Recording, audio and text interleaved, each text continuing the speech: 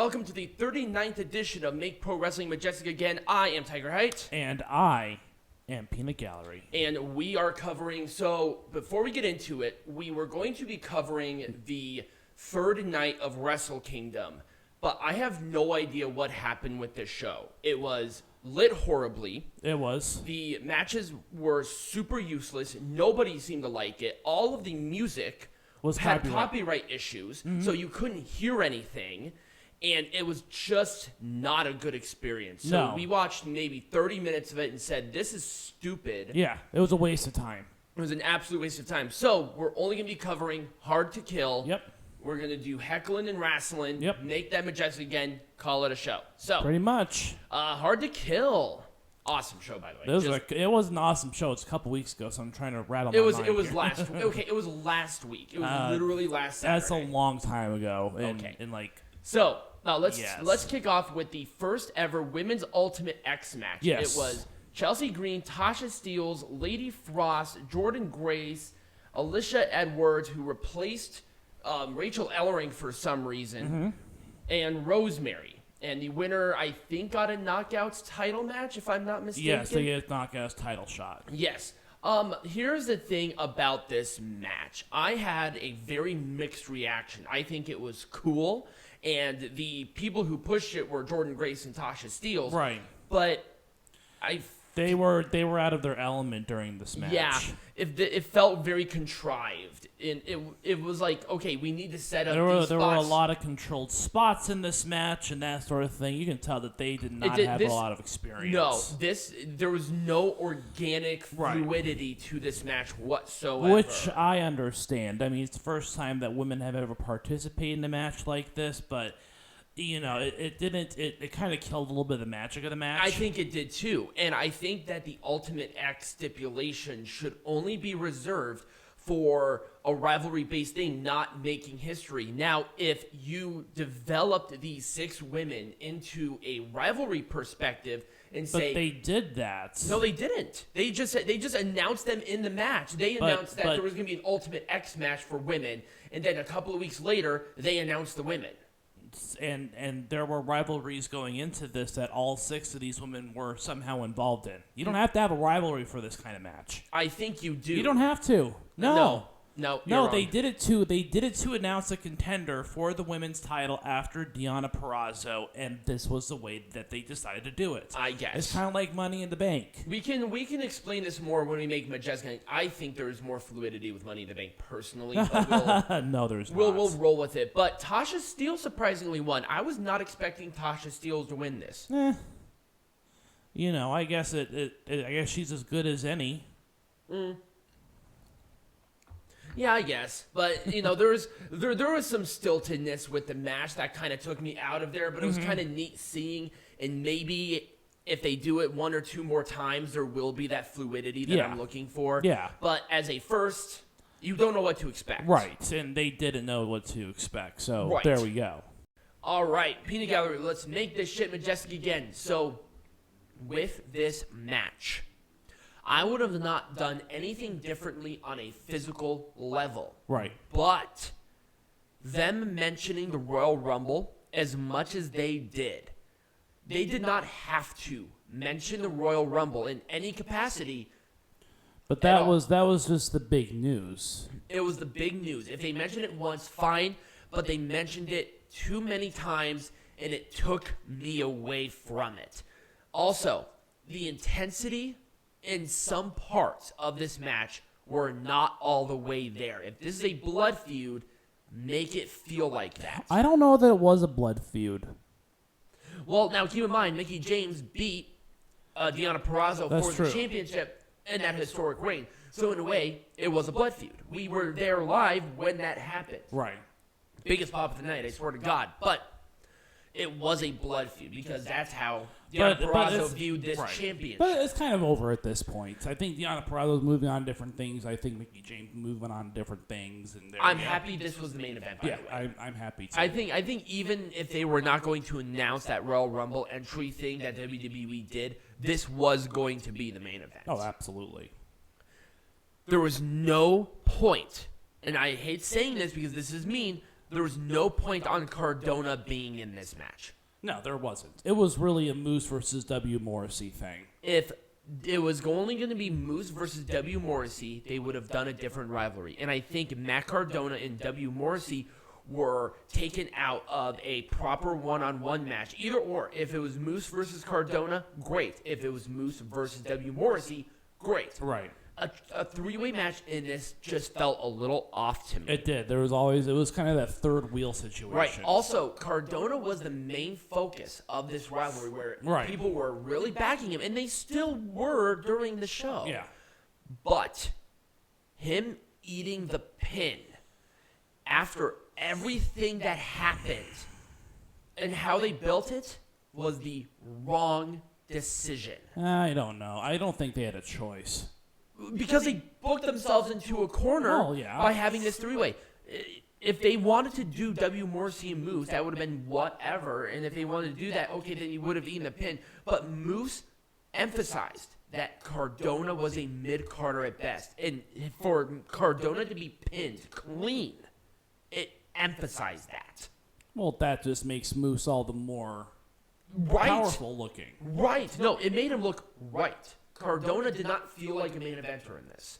Because it was a three-way. Exactly. It shouldn't have been a three-way in the first place. Yeah. They booked themselves into a corner, and they made the wrong choice on how this match ended. Yeah. If but they that's just is what it is. If they were going to do where Cardona ate the pin, I would have done like a chair shot or a bell shot or something like, a cheat thing, you know? That would have been, that at least would have saved where Cardona could have theoretically have won that, or it was by fluke. Right. Too many people. Yep, too many people in this match. There was no, if it was just Violent by Design taking on Heath, Rhino, and Eddie Edwards, that would have made this match infinitely better. Yeah. Just in general. Oh, yeah. The Good Brothers versus Rich Swann and Willie Mack should have been a totally separate match. They were shoehorned in there to get those guys on the card. Right. That's pretty much it. It was stupid. Yeah. And there was no reason for it because guess what? There was just too many people. The Heath Rhino Violent by Design thing was the hardcore match that this should have been. Right. And Eddie Edwards being put in there, if they want to do that just to have the balancing effect out, fine. Because Eddie Edwards is the hardcore guy. Right. But the other two teams, no reason for it. You had plenty of time to have a TNA or an Impact World Tag Team Championship match. No, absolutely. It just didn't happen. Stupid. Yeah. Just absolutely stupid. Yeah. This was awesome. Yeah, I wouldn't have done anything different from the debut of Jonah to the match itself structurally and where everybody looked good after. Right.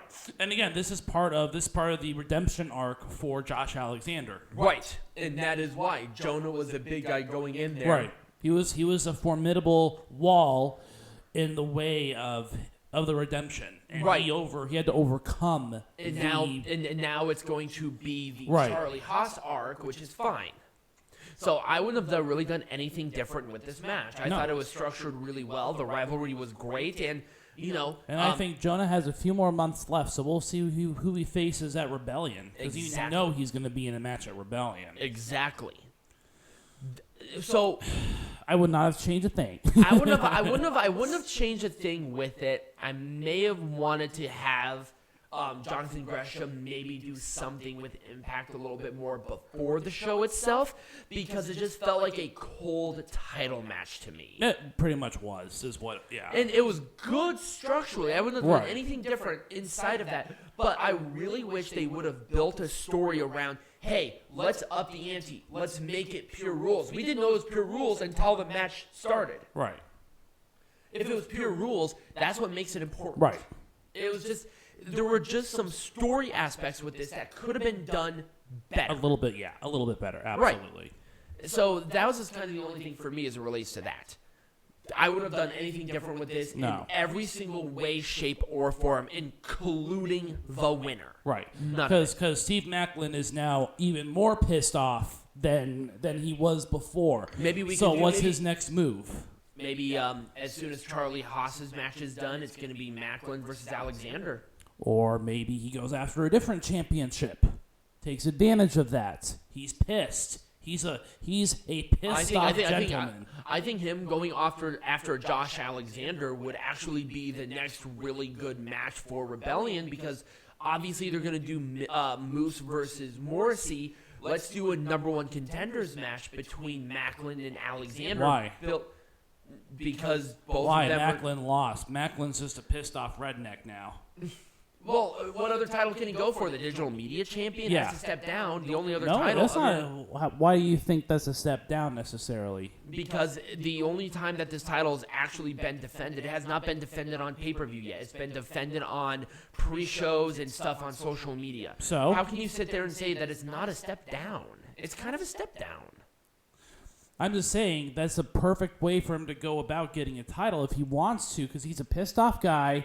He was going to take advantage of something, and maybe he wins the belt and puts it on the line every single week or something like that. That at least builds the credibility of that belt, but also that there's going to be a development on a good match. Right.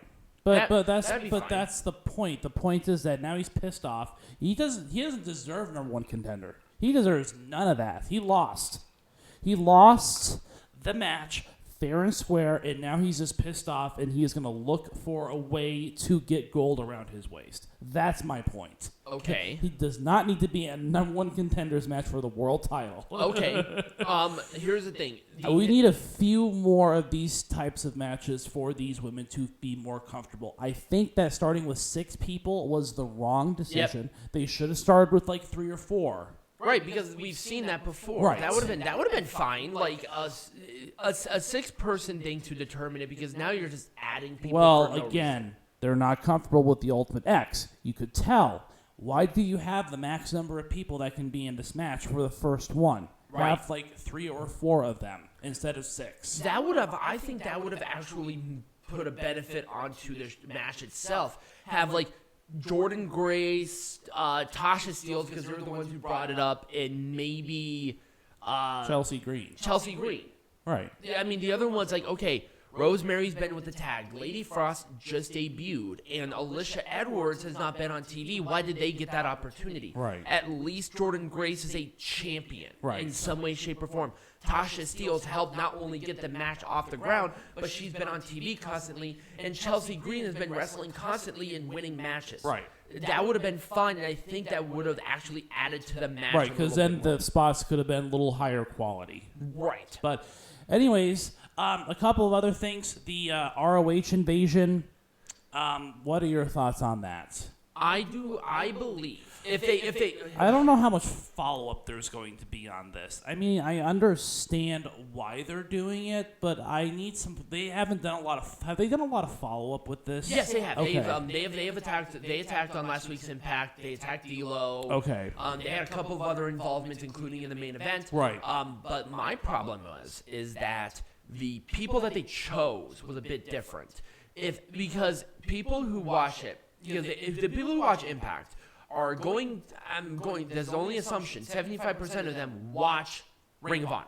It's almost the same fan base. Okay. And the fact that they had Taven and Vincent, who had that huge blood rivalry, now standing shoulder to shoulder like nothing fucking happened, is the How long ago was that blood feud?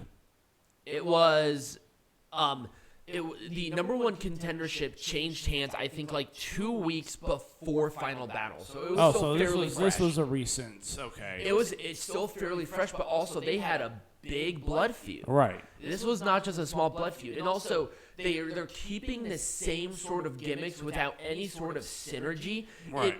It kind of feels like It kind of feels like they're. Yeah. It kind of feels like, oh God, what was that team called? It was Bo Dallas. It was Bo Dallas, Adam Rose, Heath Slater, and Curtis Axel. What were they? I don't remember that. Social Outcasts. Oh, there we go. They were the social. I feel like they're the social outcasts. Right. And that's how not what you should feel like as it relates to this. Right. Have them maybe wear like a T-shirt or some innuendo where they have like something, synergy. right? Something that brings them together. Other one. Your thoughts on Tom Phillips? Whatever his name is. His no longer slave name being a part of the show. He replaced Matt Striker.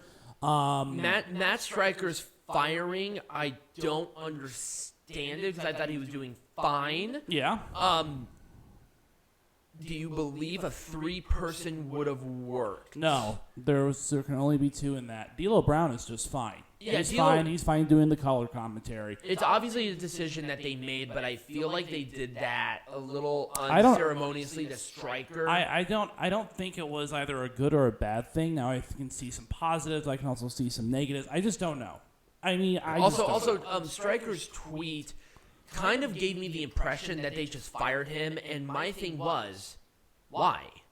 Maybe it wasn't all Impact decision making because they are still owned by Anthem. That's true. But anyways, that was another new development. I can't think of anything else that happened. Not particularly off the top of my head, other than I was going to want to talk about the orientation of the match because I wouldn't have done anything differently with this. Oh, yeah, no. Because in the general overall thing of the show, this Hard to Kill was a perfect example on how to structure the orientation of matches, which is very important for people's interest to stay with the show. You don't want to burn them out too quickly, but you don't want technical wrestling to start off the show because they'll get them bored. Right. Therefore, every 2 matches, they had a slower paced match structurally. So they had first the Ring of Honor World Championship match, the Ring of Honor World Championship match. They had a couple of matches. Then they had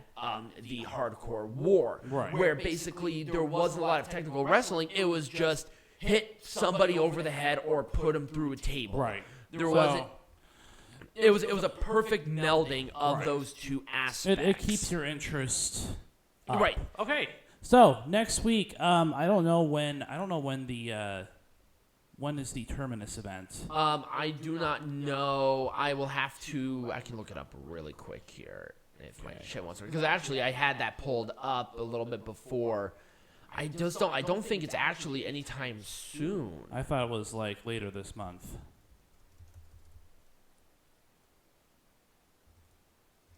I think I butchered the spelling on that, but we're just gonna roll with it. Wikipedia, work with me today. They're not going to. I don't think it exists. You don't think? I don't think there's a page for it. Okay, I will double check on that. I think it's next week. I think it's on the 16th. I could be wrong. Anyways, we're gonna cover that if that's being covered. If not, then today's the 16th. I think it's the 23rd. Anyways, so So we'll cover that if that is indeed a part of next week. If not, we'll have a topic. It's TBD. Right. Because there's no other pay-per-view. So anyways, that's kind of all we got. Anything else we need to go over before we... other than follow us on all of our social medias, become a patron. Yes, we'll let you know ahead of time on what the next thing is. I think I know what we're going to do if we don't have a pay-per-view. Yeah. But other than that, we're good. And as always, be majestic.